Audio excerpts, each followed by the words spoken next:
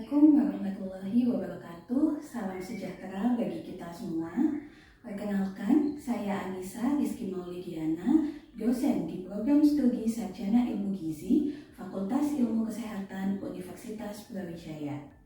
Pada kesempatan kali ini, saya akan memaparkan terkait salah satu mata kuliah yang saya ampu di Program Studi Sarjana Ilmu Gizi. Mata kuliah yang akan saya paparkan adalah metode ilmiah biostatistika gizi praktikum. Mata kuliah ini memiliki bobot sebesar 1 SKS praktikum. Mata kuliah ini merupakan mata kuliah wajib di kelompok bidang riset atau scientific methods yang diajarkan pada semester genap pada mahasiswa semester 4 kelas reguler atau kelas A dan mahasiswa semester 2 alih program atau kelas B. Adapun mata kuliah ini adalah kelanjutan dari mata kuliah pada semester sebelumnya, yaitu biostatistika gizi teori. Setelah mendapatkan basic teori dari berbagai jenis uji statistika yang sering digunakan pada bidang gizi dan kesehatan, pada mata kuliah ini, mahasiswa akan mendapatkan keterampilan berupa penerapan atau aplikasi dari uji-uji biostatistik sederhana dengan menggunakan perangkat lunak Statistical Package for Social Sciences atau yang lebih dikenal dengan SPSS. Setelah mengikuti perkuliahan, diharapkan mahasiswa mampu untuk mengaplikasikan ilmu biostatistika dan menggunakan SPSS untuk mendukung proses belajar mengajar, termasuk cara membaca dan juga memahami artikel penelitian, serta untuk penulisan laporan penelitian maupun laporan praktikum, dan juga untuk tugas akhir. LPS yang digunakan di program studi sarjana ilmu gizi sudah menerapkan outcome-based education atau OBE, di mana dalam pengembangan, pelaksanaan, dan evaluasinya memiliki landasan pada capaian pembelajaran lulusan atau CPL dan capaian pembelajaran mata kuliah atau CPMK. Adapun CPL dari mata kuliah biostatistika gizi praktikum adalah mahasiswa mampu untuk mengkaji data dan implikasi pengembangan atau implementasi ilmu pengetahuan teknologi yang memperhatikan dan menerapkan nilai humaniora sesuai dengan keahliannya berdasarkan dengan kaidah, tata cara, dan etika ilmiah dalam rangka menghasilkan solusi, gagasan, desain, atau kritik, serta menyusun deskripsi saintifik hasil kajian dalam bentuk skripsi atau laporan tugas akhir secara mandiri dan bertanggung jawab, serta mengunggahnya dalam laman perguruan tinggi dengan memperhatikan kesahihan dan pencegahan plagiasi. Lalu, CPL tersebut diturunkan lebih spesifik sebagai CPMK, di mana CPMK dari mata kuliah ini adalah mahasiswa mampu melakukan praktik analisis dan interpretasi data statistik terkait pangan dan gizi menggunakan SPSS. Terdapat 11 bahan kajian atau materi pembelajaran pada mata kuliah ini yang mencakup review statistik dan pengenalan software SPSS, pembuatan database dan data entry, fungsi transform, compute variabel, recode, short cases, dan analisis statistik deskriptif, uji normalitas, uji hipotesis termasuk uji parametrik dan uji non-parametrik, tabulasi silang atau cross-step yang terdiri dari chi-square dan Fisher-Exact test, uji beda dua kelompok tidak berpasangan terdiri dari independent t-test dan Mann-Whitney, uji beda dua kelompok berpasangan terdiri dari paired t-test dan Wilcoxon-Sainz-Rank test, uji beda tiga kelompok atau lebih tidak berpasangan terdiri dari one-way ANOVA dan Kruskal-Wallis, uji korelasi Pearson dan Spearman-Rank correlation test, uji regresi linear and logistic regression, dan uji validitas dan reliabilitas. Adapun beberapa referensi yang saya gunakan dalam mata kuliah ini adalah buku Pedoman Analisis Data dengan SPSS oleh Stan Stanislaus Uyanto, lalu buku Statistik untuk Kedokteran dan Kesehatan oleh Sophie Eugene Dahlan, lalu An Introduction to Statistical Methods and Data Analysis oleh Ott and Longacre, dan buku Statistics in Nutrition and Dietetics oleh Michael Nelson.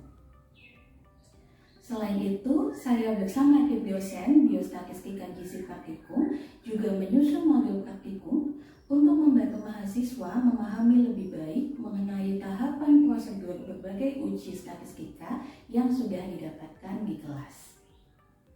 Berikutnya, modul perkuliahan dan metode pembelajaran.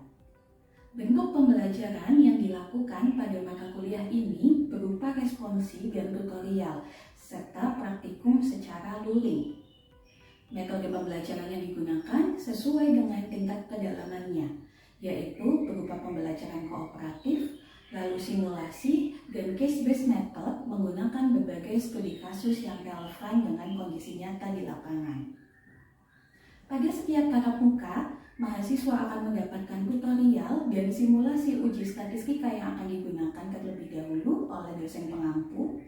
Kemudian, mahasiswa akan melakukan praktik secara mandiri, mengerjakan soal studi kasus tersebut, dan mahasiswa dapat berdiskusi secara aktif baik dengan sesama mahasiswa maupun dengan dosen. Di akhir sesi praktikum, dosen akan memantau hasil praktikum mahasiswa dengan melakukan pembahasan dari apa yang telah dikerjakan. Selain itu, ada tatap muka khusus berupa tatap muka review atau pendalaman, di mana pada tatap muka ini tergabung dari beberapa sub CPMK yang sama.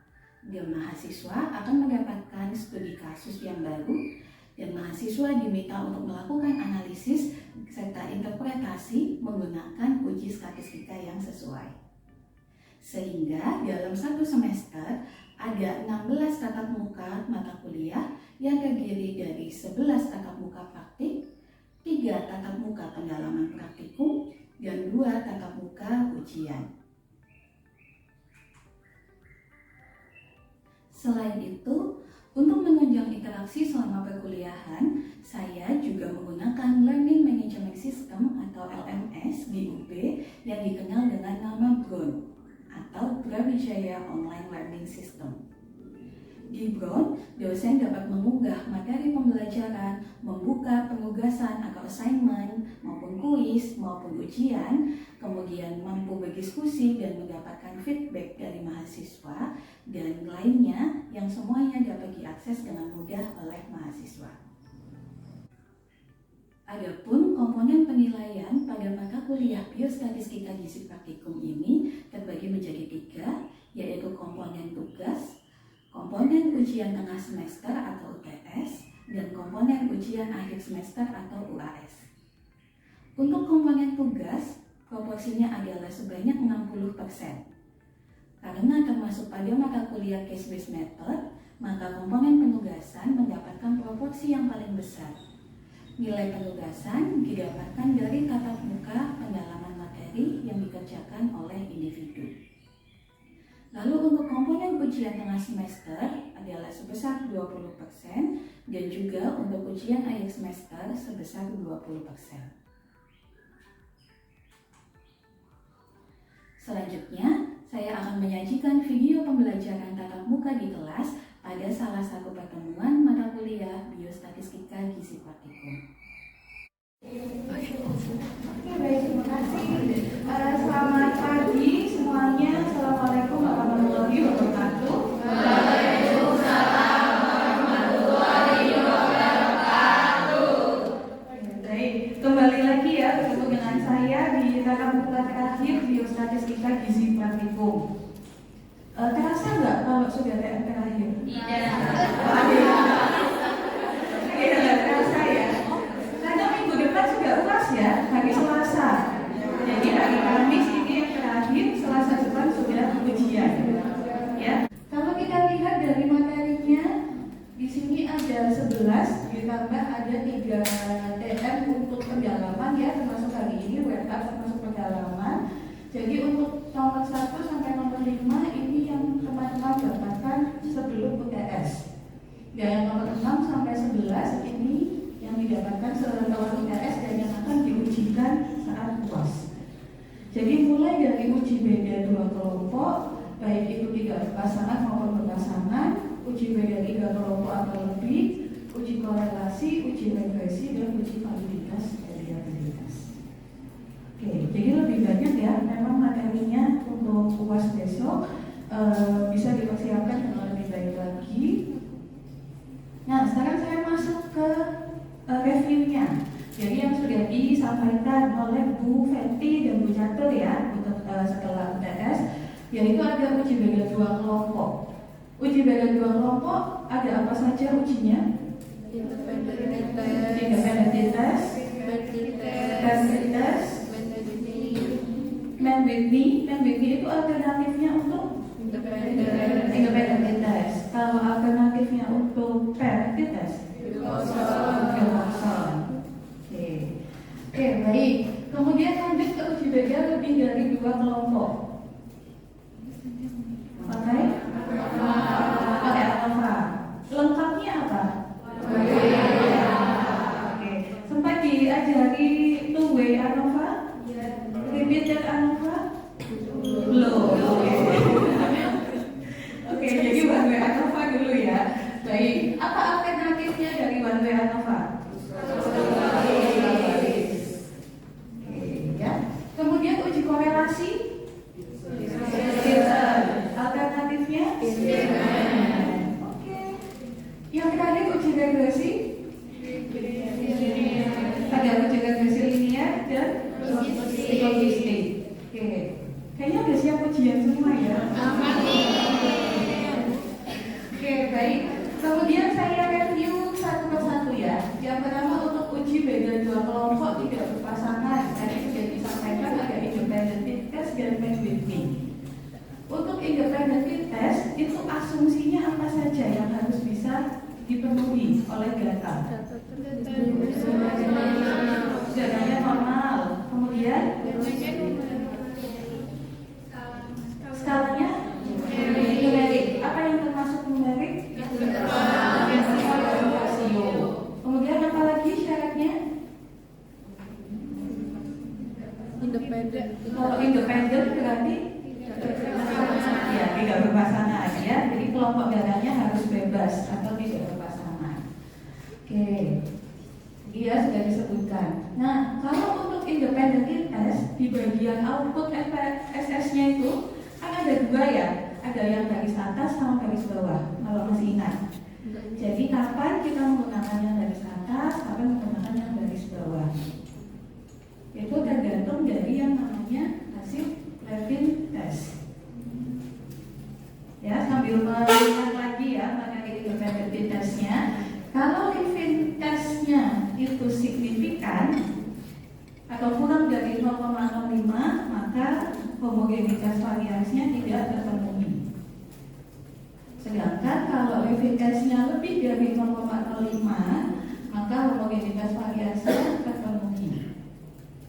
Oke ya, nanti teman-teman akan kalian ini ya soal ya untuk mengingat lagi bagaimana melakukan independent test. Lanjut ke man with me, syaratnya apa? Datanya tidak berdistribusi normal. Oke. Ya, kalau independent test itu datanya tidak berpasangan.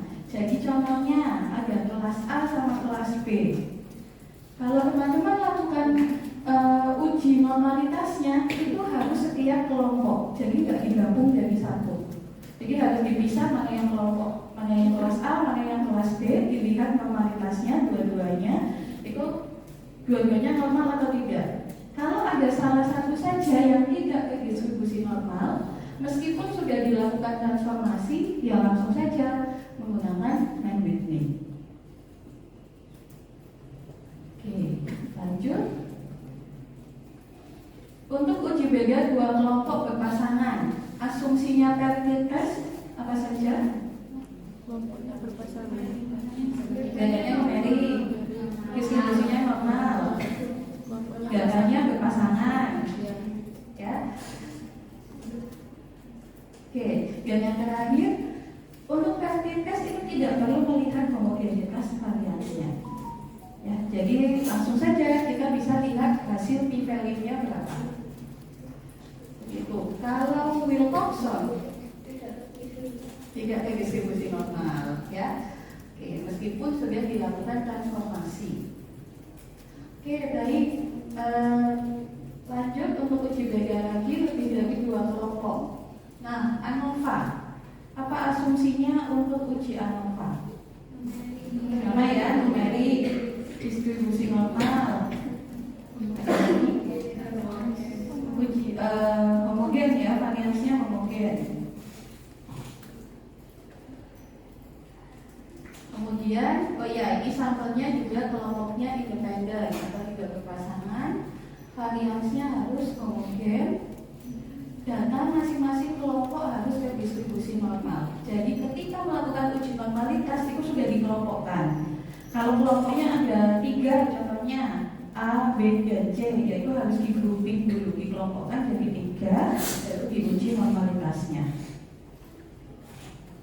Kemudian uji post hoc, ya. Kalau ANOVA itu kapan kita harus melakukan uji post hoc?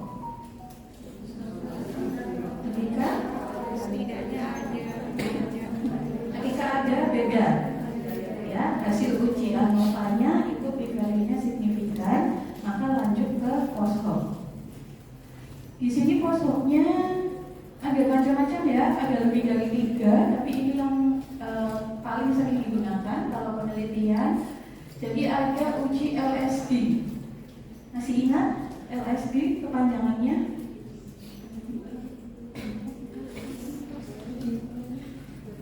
Least significant difference, ya, atau namanya uji Fisher. Tapi Fisher-nya beda sama Fisher eksaknya di chi-square, itu beda. Ya, jadi ini memang nama lainnya LSD atau uji Fisher. Kemudian ada uji Tukey. Tukey ini juga punya nama lain HSD, High Significant Difference. Gitu. Apa bedanya LSD sama HSD gitu ya? Jadi kalau HSD itu lebih robust, lebih kuat hasilnya. Makanya kalau uji post hoc pakai HSD, pakai Tukey itu kebanyakan hasilnya nggak signifikan. Tapi kalau pakai LSD itu hasilnya signifikan.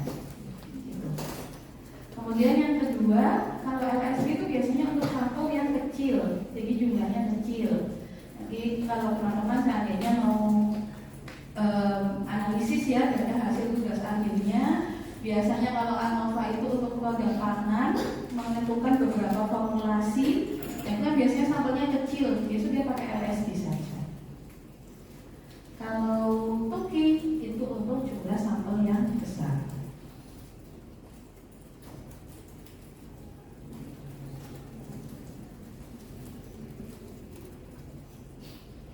Kemudian saya lanjutkan, kalau Kruskal-Wallis maka asumsinya bedanya tidak normal, ya. Oke. Lalu varian antar kelompoknya juga tidak homogen. Tapi di sini saya punya salah satu alternatif, ya, sebelum teman-teman menggunakan Kruskal-Wallis itu, oh ya, kosongnya dulu ya Mas Diti, ada yang namanya ANOVA-Welch. Ada yang pernah mendengar ANOVA-Welch? Belum. Oke, ANOVA-Welch itu pasangannya kosongnya adalah James-Howell. Ya, kalau James-Howell sudah pernah mendengar ya. Oke. Nah, ANOVA-Welch ini kapan kita gunakan?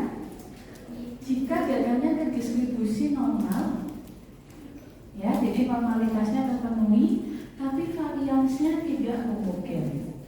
Levin testnya itu tidak signifikan. Levin testnya signifikan, ya. Levin testnya kurang dari 0,05, tapi distribusi datanya normal. Itu teman-teman bisa pakai namanya ANOVA-Welch. Gitu. Ya. Jadi saya ulangi, karena distribusinya normal, akhirnya kan kita pakai ANOVA. Tapi ketika dicek homogeneity of variance, itu ternyata tidak homogen. Nah, kita bisa menggunakan ANOVA-Welch. ANOVA-Welch ini ada di mana? Ada di menunya ANOVA, ya, analyze, compare means, lalu one way ANOVA, lalu klik yang option. Nah, biasanya di option ini kan teman-teman akan centang yang deskriptif, homogeneity of variance, nanti ditambah centang yang Welch. Kita lanjutkan ke uji korelasi. Uji korelasi, uji hubungan, ya. Contoh hipotesisnya apa kalau uji korelasi? Ada hubungan antara variabel A dan variabel B gitu ya, yang paling mudah. Oke. Ya, oke. Untuk Pearson dulu, asumsinya gaganya normal, skalanya numerik. Ada lagi? Sudah? Ya. Oke. Kalau Spearman, skala gaganya numerik juga, tapi distribusi gaganya tidak normal.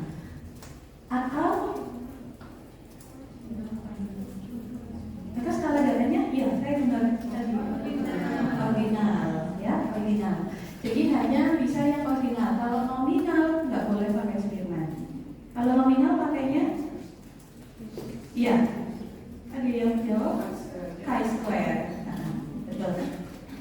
Oke, itu untuk korelasi. Yang terakhir, regresi. Regresi linear dulu. Asumsinya regresi linear apa? Skalanya numerik, ya. Kemudian sudah diuji dengan uji bivariat. Itu materi 2 minggu lalu ya. Iya. Ya, sudah diuji dengan uji bivariat. Uji bivariat ini yang mana? Yang Pearson tadi ya. Pearson ada Spearman. Oke, kemudian berapa p-value-nya sehingga variabelnya bisa dimasukkan ke 0,25. Ya. Oke, jadi tidak perlu mencari yang signifikan kurang dari 0,05. Jadi cukup kurang dari 0,25 saja bisa dimasukkan ke persamaan regresi linear. Oke, bedanya dengan regresi logistik. Kalau logistik skalanya kategorikal, ya, nominal atau ordinal. Kemudian variabelnya sudah diuji bivariat. Transfer atau bisa. Oke, dan yang terakhir sama ya, p-value-nya yang kurang dari 0,25. Oke, baik. Sampai sini ya. Ada yang mau didiskusikan untuk jenis ujinya? Yang validitas dan reliabilitas tidak saya masukkan ya, karena itu nanti khusus untuk teman-teman yang mungkin menggunakan kuesioner untuk di masyarakat gitu ya, penelitian di masyarakat. Oke, ada yang mau didiskusikan mungkin? Belum. Kalau belum ada, nanti sambil jalan ada studi kasus ya. Di sini studi kasusnya saya beri note, tidak perlu melakukan transformasi data. Ya, jadi bisa di skip satu step gitu ya, nggak perlu transformasi, tapi tetap harus uji normalitas. Oke. Nah, silakan hidup.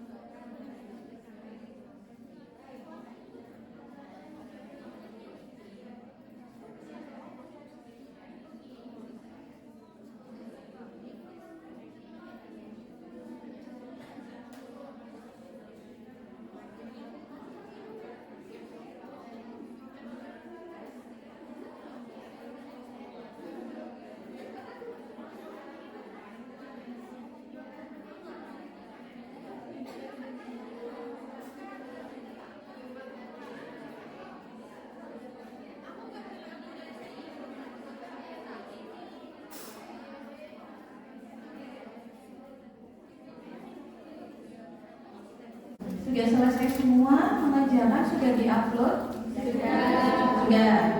Oke, coba kita cross check ya. Yang belum upload jangan diganti ya jawabannya. Oke, kasus 1 mau melihat beda skor UTS kelas A dan kelas B. Pakai apa ujinya? Independent test. Oke, ada beda atau tidak ada beda? Tidak beda. Oke, baik, lanjut. Yang kedua, pakai apa? Pakai Spearman. Sama semuanya pakai Spearman? Ada yang pakai Pearson? Ya, pakai Spearman. Oke, ya, ada yang pakai Pearson. Kenapa alasannya kok pakai Spearman? Ya, jadi ada satu yang tidak didistribusi normal ya, jadi pakai Spearman. Ada hubungan? Tidak ada. Oke, lanjut kasus 3. Untuk mengetahui beda skor UTS dan skor UAS. Jadi pakai uji Independent test. Ada beda? Ada ya. Oke. Yang terakhir kasus 4. Pakai alfabet. Oke, ada beda? Tidak ada. Lanjut ke posko? Ya. Oke, berarti sampai sini bisa dipahami ya? Oke, berarti ujiannya dapat 100 ya? Oke, baik, mungkin itu ya untuk hari ini. Jangan lupa presensi, juga saya ingatkan lagi, saya tidak menerima WhatsApp setelah kelas ya, kalau ada yang terlambat presensi. Oke, kalau gitu yang belum upload saya ingatkan lagi, batasnya adalah hari ini yang dikumpulkan jawaban dalam bentuk PDF dan outputnya namanya sama, dua-duanya pakai ini. Yang lengkap underscore web up biostatistika. Oke, baik. Kalau gitu bisa kita akhiri ya untuk kelasnya hari ini. Terima kasih semuanya, terima kasih atas kerjasamanya. Selamat siang, wassalamualaikum warahmatullahi wabarakatuh.